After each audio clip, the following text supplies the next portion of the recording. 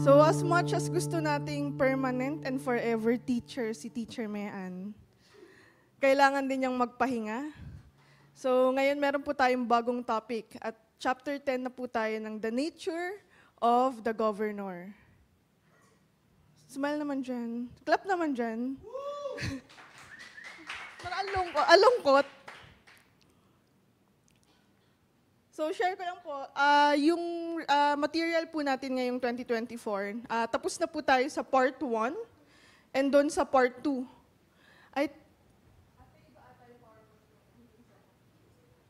Anyway, okay lang. So, yung part 1 and part 2, tapos na po tayo, nag-end po si Mean sa results of reconnection. And share ko lang, just in case na yung lahat ng topics ay gusto nyong balikan, or may hindi kayo naintindihan, or may nagrema sa inyo, tapos gusto nyo ulit panoorin, meron po tayong YouTube page. So sa YouTube channel ng Jogs Go QC, meron po diyang playlist. So may kita nyo dito na lahat ng mga Sunday school natin, ganun din yung preachings. So for Sunday school, sa YouTube lang siya. For preaching, meron siyang Spotify. So wag nating i-take for granted yung chance na madali nating mabalikan yung mga topics natin. Kasi hindi natin alam sa future eh. 'Di ba? Kung pagbabawalan na tayo or hindi na tayo makapag-upload. So habang merong material, I encourage you na mas pag-aralan, mas laliman yung understanding nyo sa mga topics natin. So ngayon, nandito na tayo sa part 3. At yung part 3 ay tungkol sa understanding the governor. So itong part 3 na to, dalawa kami ni Ate Cherry magdi-discuss. And for me, my topic is chapter 10, the nature of the governor. Pero, parang exercise lang yan. So kailangan natin ng warm-up. Kasi medyo malalim talaga itong material na ito. And gaya ng katawan, dapat yung utak natin mag-warm up. Pero bago tayo mag-warm up, mag-pray lang po tayo. Join me in prayer. Hallelujah, Lord. Hallelujah, Lord. Maraming salamat po sa umagang ito na ako pong makapag-share ng salita po ninyo, ng gusto niyo pong matutunan po ng bawat isa. Bigyan niyo po kami ng malawak na pangunawa and open hearts sa kung ano man po yung matututunan po namin ngayon. And I pray na itong knowledge na makukuha po namin ay mataturn into wisdom. Kumbaga, mataturn po namin in practice, mapapractice po namin lahat po na natututunan namin every Sunday school. And yun po, guide niyo po ako sa kung ano pong sasabihin ko, wala pong hihigit or magkukulang sa kung anong gusto niyo pong iparating through me, Lord. Maraming salamat po. In Jesus' name, amen. So, dahil ang dami natin, may papremyo ako. So, mag-exercise lang tayo. So, ito, a word puzzle to. So, meron tayong series ng words. Tapos, from that word or words, kung paano siya finorm, kung paano siya naka-arrange, mag-form siya ng another word or sentence. Pwedeng phrases, sentence. Okay? So, magsasample lang ako Eto, anong word yung nakuha after dito? Magre-raise lang ng hand. And kung alam nyo na to, napanood nyo na sa Instagram, wag na kayong sumagot. Dapat galing talaga sa brain cells nyo, okay? So, eto, ano to? Luta. Forget it. Yan. Kasi for na, get it. Okay, nakuha nyo na? Nakuha nyo na? So, medyo pang paano siya ng utak, okay? Next. Clue. Pagkain siya. Okay, Jade? Sino ba nag-raise? Ikaw nag-raise. Wait lang, Luta yung sa'yo. Ikaw ba sumagot kanina, Luta? Tapos si Jade. Kasi dapat mag-raise ng hand, Wag. Okay. Sino? Si Jonah ata yung isa. Ayun. So, trail mix. Okay? Naintindihan nyo? Okay, next. I miss you. Clue. Pwede itong sabihin sa akin ni Mac. Ano yan? Pwede sabihin sa'yo ni Mac? Yes, I'm bigger than you. Bigger. Jade. Kasi mas malaki yung I'm sa you. Okay, so dapat nababanat na yung utak natin. Next, ito laging sinasabi to ni Pastor, yung mga natitira. Pastor? Sige, Pastora. Po? Ano ba yan? Mali! Sasabay ni Mrs. to, time to go! Yes, time to go. Time, tas dalawa yung go. So, time to go. Okay, next. Ito yung favorite ko eh. So, anong na-observe nyo, James? Eiffel Tower. So, Eiffel, tas pa-tower siya, di ba? Ano? I fell down daw! Ay, Eiffel down? Eiffel Tower. Narinig ko, tower eh. Okay, next. Eiffel Tower. Clue. Animal siya. Or category ng animal. Ilan ba yung K? 24 karat magic. Anong animal yun? Ayun, Ate March. K9. Ano ba? Banat na ba? Banat na? K9. Tapos ito, last. Ayun, comfortable. Yes. Yeah, yan, komportable na kasi may aircon na tayo. Yes! Di ba? So, yun.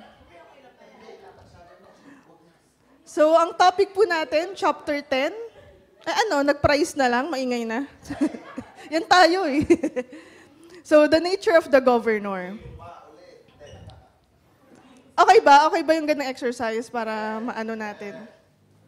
So, dun sa mga topics natin, nung part 1 and part 2, nakita natin yung presence ng governor is essential in transforming the world into the kingdom of heaven.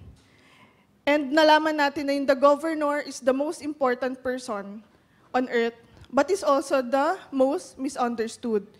And kadalasan, ignored. Okay?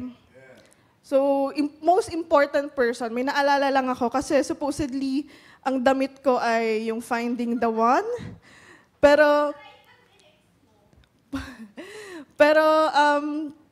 naniniwala ako hindi aksidente kasi yung shirt kong to ay galing sa isang, kumbaga, hiramin ko yung term ni Pastora Jo, may champion in Sony. So, aalis na siya and wala lang, nakakatuwa lang. Tanong niyo na lang sa akin yung meaning nito kasi nakakaiyak. So, yun. Yun, most important person siya sa aming company and talagang most influential. Naalala ko sinasabi ni Pastor lagi, eat the meat, throw the bones. Wala akong maisip na bones pagdating sa mentorship nung taong yun. So, alam ko hindi ka nanonood. May ganun. Pero arigato gozaimasu. Alam ko hindi ka nanonood, nasa bakasyon ka na. So, yun. So, yung governor. So, ang pinakamaling iniisip natin is that the Holy Spirit is an it. IT. Hindi siya IT na yung course nila, angel, Hindi siya isang bagay. Sa katunayan, the Holy Spirit is a person with a personality. Sa totoo lang, dahil sa material na to, ngayon ko lang din talaga to naunawaan. Kasi coming from a Catholic school, hindi masyadong nabibigyang pansin yung Holy Spirit. Alam ko lang na ang gesture sa kanya is ganon, kasi di ba may sign of the cross. Pero wala akong pinaka-understanding kung sino yung Holy Spirit. So, the Holy Spirit is not an it or a thing.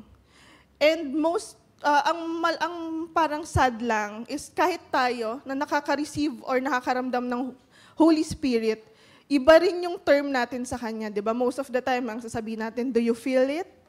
Di ba? Do you have it in you? Hindi siya it eh. Isa siyang person. Di ba po? So, dahil isa siyang person, meron siyang sariling, kumbaga, personal characteristics na i-discuss din natin further. as we go dito sa topic na to.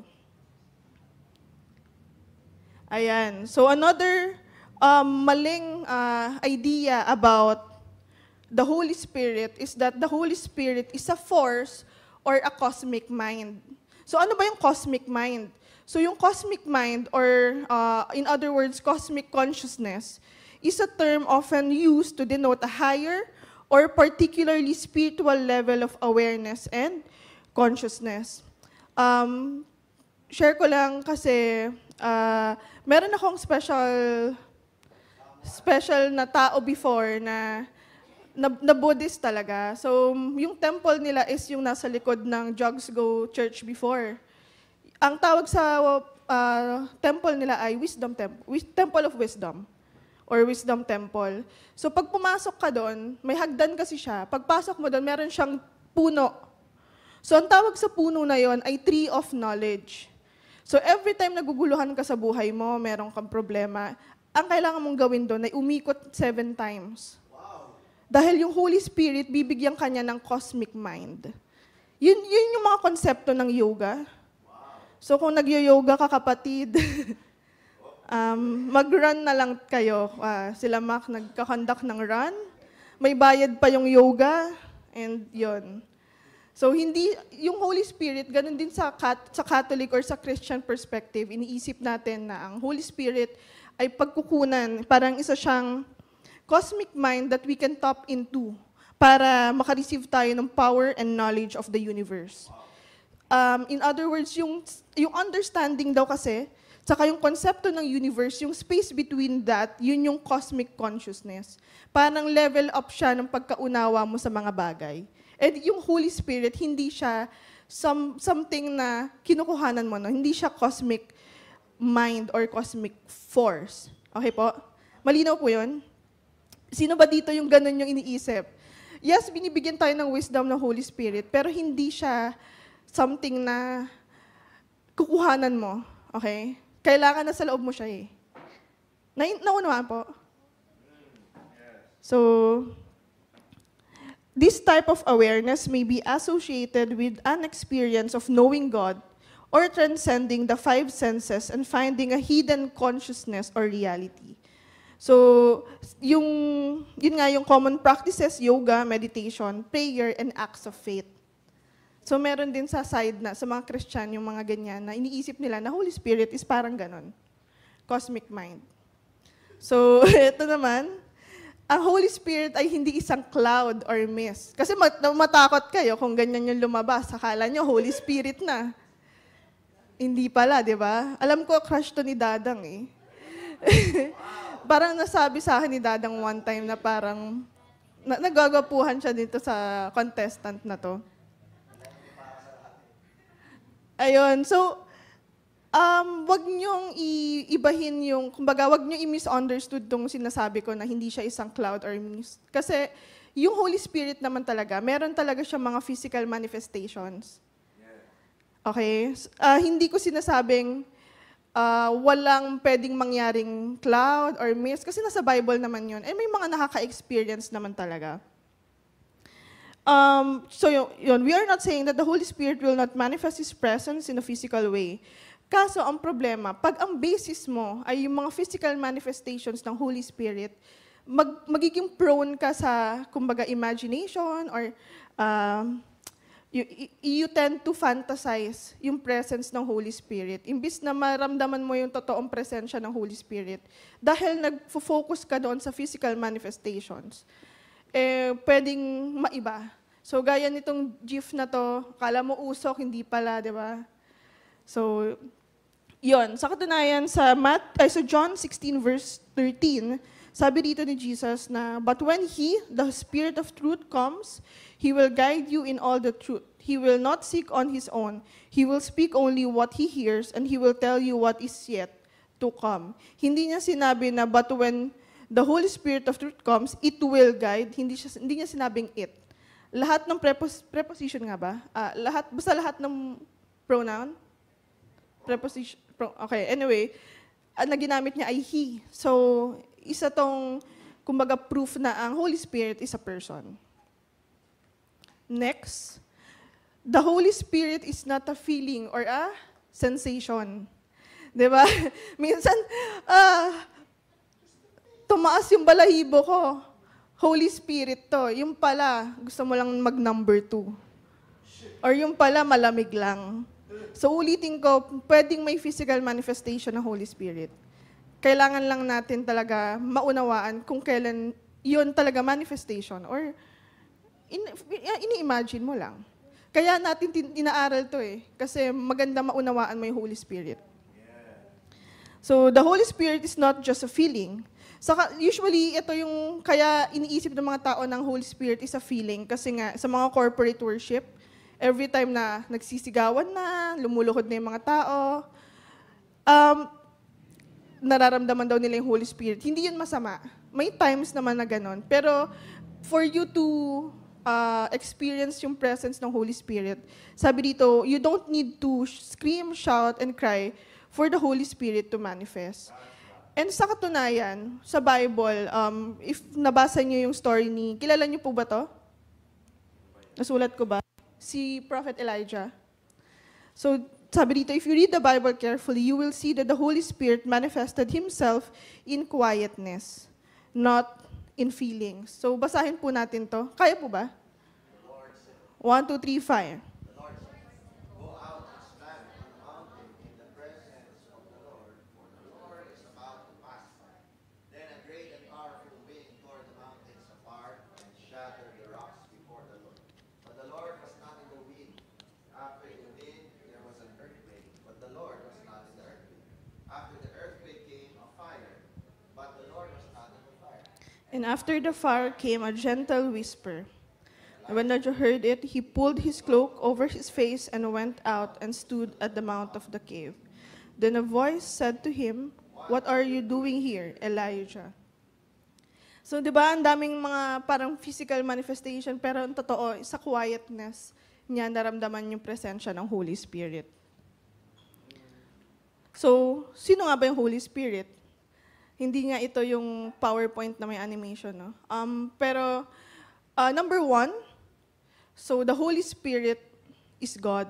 So, syempre, the most important thing that we should know about the Holy Spirit is isa siyang Diyos.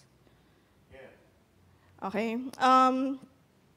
As we go dito sa number ng kung sino ba yung Holy Spirit, I encourage everyone na kausapin mo yung Holy Spirit na i-guide ka na mas maintindihan kung sino siya through His purpose and His power. Kasi pag binasa natin or pinapakinggan natin yung mga material ni Miles Monroe, sa ganong konsepto niya in-explain kung sino yung Holy Spirit sa buhay natin. So by purpose and by His power. So una, Diyos siya. Pangalawa, He is one with God. So, yung ang tawag po dito, Pastor? Hierarchy. Hindi po. Tripartite. Opo, yun po. So, yung Holy Spirit, kaisa siya ng Diyos. Diba? Yung King, siya yung Diyos Ama, God the Father. Pero gusto ko maintindihan nyo na yung pag sinabing God the Father, hindi siya yung tipong tatay na parent mo, ganun. Father meaning siya ang source, siya ang panimula. Mas ginagamit tong terminology na to sa science. For example, the father of microbiology. Naunawaan natin? Sino po ba yung father of microbiology? Naalala ko, Anton Van lang ako, tapos yung apelido hindi ko masulat eh. Lewin, ayun. Sino yung father of modern science? Ate Grace? Science girl? Father of modern science? Si Galileo Galilei. Dati naalala ko, sinasabi ko sa teacher ko, feeling ko kaya matalino si Galileo Galilei kasi hindi na siya yung brain cell niya, hindi na ginagamit sa name niya eh. Kasi Galileo, tapos Galilei. So, kung mag-aanak tayo, wag na 3 words, no? Po? Ay. Hindi, pero kinaya po ng brain cells ni Pastora. So, ito yung kumbaga, setup nila. So yung king or God the Father, siya yung source. Diba? Both Jesus and the Holy Spirit proceeded from the Father to accomplish the work that needed and still needs to be done on earth. So si Jesus, He is sent to redeem us, while the Holy Spirit is sent to empower us. Jesus is sent to restore us, while the Holy Spirit is sent to release us into the new kingdom life. Gusto kong maunawaan nyo itong dalawang purpose and yung power nila kung bakit sila nandito, napunta sa earth. Okay po? So, para mas maunawaan natin, science, okay? So, gamitin natin yung konsepto ng tubig. So, yung water, in liquid state, it is on its natural state. Yun yung source. So, yun yung King or God the Father. Tapos, pag finreeze mo yung water, magiging ice siya, di ba? So, yung ice, yun si Jesus na the Word who became flesh. Tama po? And then, pag ininit mo yung ice, magkakaroon ng condensation, if I'm not mistaken. Yung steam is like the Holy Spirit, the invisible influence that generates power. Tama po? Pero pag inisip mo, iisa lang sila. Tubig sila lahat. Tama po? Ganun po natin pwedeng isipin yung konsepto niyan. The source, the solid state, and the invisible power. Yan. So, all three is water. In different form, they're all God. The Holy Spirit is God and is equal to the Father and the Son. Hindi siya kanang kamay. Yun yung turo sa amin dati. Parang, kanang kamay siya ni God. Ganun. Kaya nga nakaganon ka. Kaya kaliwa. Sabi ko, ba't kaliwa po muna? Parang ganun. So, napapagalitan ako before dahil sa mga tanong. So, number 3, the Holy Spirit receives the same honor as God. Pwede po ba natin basahin to? Truly, I Say it to you. all sins will be forgiven in children of man, and whatever blasphemies they utter, but whoever blasphemes against the Holy Spirit never asks forgiveness, but is guilty of an eternal sin, for they were saved to age and So, at sabi dito, another confirmation that the Holy Spirit is God is Jesus' statement about the consequences of blaspheming Him. So, sabi niya, pag binablaspheme niyo ako, may forgiveness. Pero pag yung Holy Spirit, wala. So, bakit kaya, the only sin Jesus said that cannot be forgiven is the sin against the Holy Spirit. Bakit niya kaya sinabi yun? Bakit yumuko kayo lahat? Ba't kaya niya sinabi yun? So, because it is the Holy Spirit who convicts people of their need to be cleansed. Gusto ko maunawaan natin na we are designed to be controlled by the Holy Spirit. Hindi tayo nabubuhay on our own, yung gusto natin. Pero yung Holy Spirit, nandyan siya para i-help tayo na maging righteous citizen, 'di ba, ng earth, yung kumbaga similar sa kingdom of heaven. So sabi dito, to be cleansed from sin by the work of Christ who enables us to be spiritually reborn and brings us into the heavenly kingdom.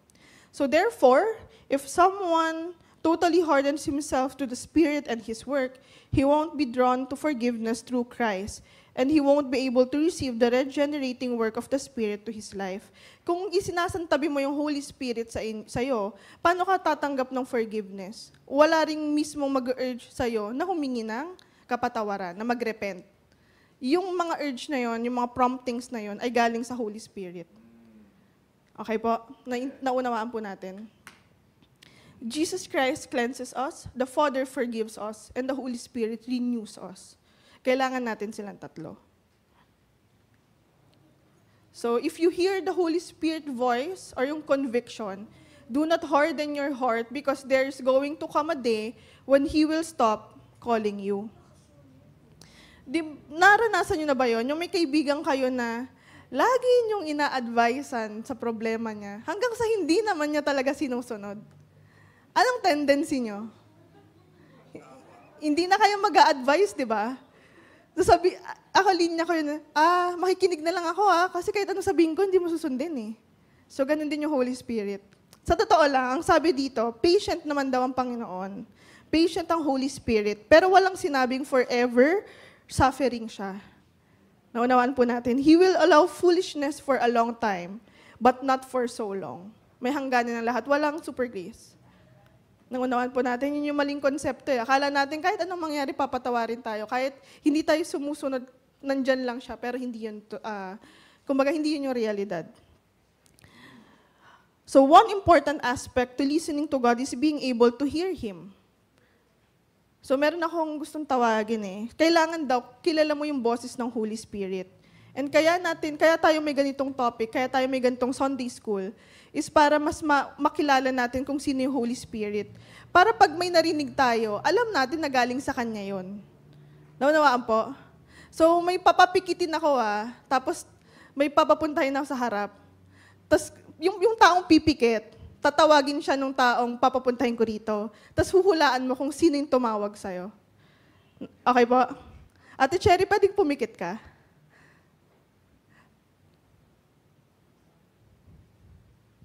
Pwede niyo po siyang tawagin. Ate Cherry. Ate Cherry, sinong tumawag? Parang naiba yun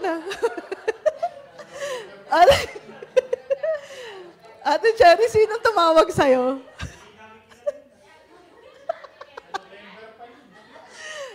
Si Sis Imelda. Naiyak siya dun sa tinawag.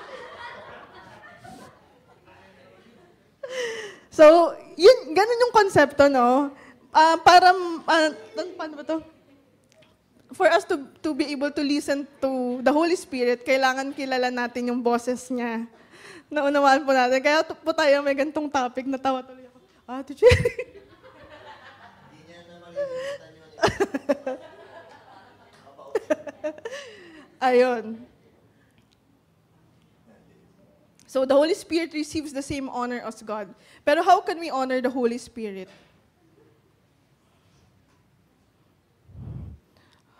Get 1/4. Di joke lang. Quiz pala. So paano natin ma-honor yung Holy Spirit? So ito, by having an attitude that says, no matter what anybody else is telling me, no matter what I think of myself, no matter what my own plan is, if I hear you say something to me, and I know it's you, I am going to honor you and what you say above anything else. The way to honor the Holy Spirit is by really listening sa kung ano yung gusto niyang gawin mo. Minsan may mga ganun tayo, di ba? Alam na may gusto tayong gawin, pero, ay hindi, may plano ako Or, ay hindi, ganito lang ako Pero yung Holy Spirit na nagsasabi sa'yo na gawin mo to. Remind ko lang yung Holy Spirit, i-ensure niya na magagawa mo yung purpose mo dito sa earth. Diba? Siya yung, He will restore you So, yun yung klase ng honor na kailangan ibigay natin sa Holy Spirit. So, sa pakikinig at pagsunod. So, keep an attitude that honors the Holy Spirit. Ayaw din natin maging, tama ba, apostate? So ito daw ay refers to someone who has entered the state where he can't hear the Spirit of God anymore. So paano nangyayari to? Hindi na daw niya naririnig yung Holy Spirit. Usually ito yung mga tao na busy. Pag gumising sila, busy na sila sa trabaho nila. Hindi nila ina-acknowledge yung Holy Spirit sa bawat detalye ng buhay nila. So importante talaga na meron kang, kumbaga, relationship sa Holy Spirit. And habang may conviction, kunyari na kino-convict ka ng Holy Spirit, maganda yon kasi huwag kang matatakot kasi ibig sabihin nun, may relationship pa kayo ng Holy Spirit. May paki pa siya sa'yo. Diba? Parang ano lang yan, sa kaibigan. Pag wala ka ng paki sa kanya, wala na, hindi na kayo talagang sobrang magkaibigan. Diba? Pero habang concerned pa siya sa'yo, habang kino-convict ka niya, habang hindi ka niya hinahayaan na magkaroon ng kasalanan, maganda yon. And wag mong baliwalain yon. So don't let your pride prevent you from responding because you wonder what people will say. Kailangan matakot ka na. Sabi niya, you should rather worry that the Holy Spirit will stop talking. Magsasawa siya eh. Kasi hindi ka naman nakikinig. So 4, the Holy Spirit is a person with qualities, characteristics, and a will. So ano ba yung will niya? So yung will ng Holy Spirit, and sabi dito, as the representative of heaven, the resident governor in the colony, his main desire is for us to fulfill the king's purposes on earth. Yan yung sinasabi ko kanina. And yung characteristics niya, his ability to teach and guide you. Okay? Yun yung mga promptings na nararamdaman natin minsan. Yun yung characteristic ng Holy Spirit. And 5th, nakita ko yung oras, no? The Holy Spirit has spiritual senses. So, yung tao, di ba meron tayong physical senses? Ano ba yung physical senses natin? Sight, hearing, touch, smell, ano pa yung isa? Taste. Ganon din yung Holy Spirit. Dahil person siya, meron siyang mga spiritual senses. So, pinaganon ko pa, no? Tapos nakikita niyo rin pala, no? The Holy Spirit sees, hears, feels, and smells. O yun yung discernment in His dealings with earth and its inhabitants. And I think ito yung last, kung di ako nagkakamali, for today, kasi 2 parts tayo. So the Holy Spirit has feelings or emotion. Yung pinaka-main na nararamdaman ng Holy Spirit whenever na hindi tayo nakikilig sa Kanya is nafe-feel niya yung neglect. Nararamdaman niyo na yun, yung hindi kayo pinapansin. Di ba? Parang ang pangat sa pakiramdam nun eh. So, dahil person ng Holy Spirit, nararamdaman niya yun. So, sabi di ba, when you ignore someone, He eventually will stop talking to you. And you must know that the Holy Spirit knows when we are ignoring Him. Alam naman din niya kung di tayo nakikinig sa Kanya. If we disregard His voice, we are not treating Him with the respect and devotion that He deserves. So sinasabi ko nga po kanina, the way we can honor the Holy Spirit is by listening and obeying, syempre. So may mga times, kunyari may mga promptings yung Holy Spirit, pero nakukulong tayo sa kung ano yung plano na natin or gusto na natin gawin sa buhay. For example, yung mga mabababaw lang, nag-grocery ka, may list ka na ng grocery list mo. Tapos pinoprompt ka na, ay, gusto to ni brother ganito, bigyan ko nga. Di ba minsan may mga ganun sa inside you? I-bless ko nga siya ng, kaya Biscoff. Favorite niya yung Biscoff. Tapos sasabihin mo, ay hindi, may grocery list ako eh. Hindi mo sinunod. Yung pala yung taong yun, kaya wala na siyang makain pala. Alam mo yun, yung hindi mo alam na ang gusto pala ng Holy Spirit, gamitin ka as blessing dun sa tao na yun. So yun yung usually na nangyayari sa atin when we neglect yung mga promptings na yun. And important talaga na alam mo na yung boses ay galing sa Holy Spirit. Yeah. Pangit naman, no? Nag-grocery ka ngayon, sabi ni Reyna, lahat na binilhan mo, hindi naman pala prompting sa'yo. Pero pwede rin. Ang favorite ko po, joke lang. So yun. So, maraming tao ang hindi naka-experience ng teachings and promptings of the Holy Spirit kasi masyado silang busy and hindi na yun na-acknowledge yun nga, sa buhay nila yung presensya ng Holy Spirit. At hindi lang naman siya, kumbaga, promptings, no? Nakikipag-usap sa atin ng Holy Spirit through scriptures, yun nga, yung mga thoughts, yung mga impression. Kaya kailangan talaga, babad din tayo and fully aware tayo sa boses niya.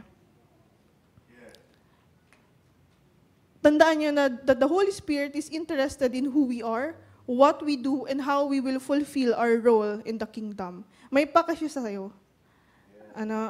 So we are really, yung disenyo natin bilang tao, bilang Christian, is we are designed to be controlled and influenced by the Holy Spirit. Kasi yung wala namang ibang gusto yung Holy Spirit, kundi ang magampanan mo yung purpose and yung role mo dito sa earth. So, yun lang po for today. May 8 minutes pa ako. So next week po, we will be talking about the Holy Spirit nature expressed to us. Yun na, dito natin pag-aaralan yung nature niya as the one na nagko-convict sa atin, mag-guide sa atin, yung medyo mas malalim. So hinati ko po yung itong explanation or yung nature ng Holy Spirit based doon sa purpose and yung power niya. So, may tanong po ba? Wala, di ba? So, yun lang po. Thank you po, Lord.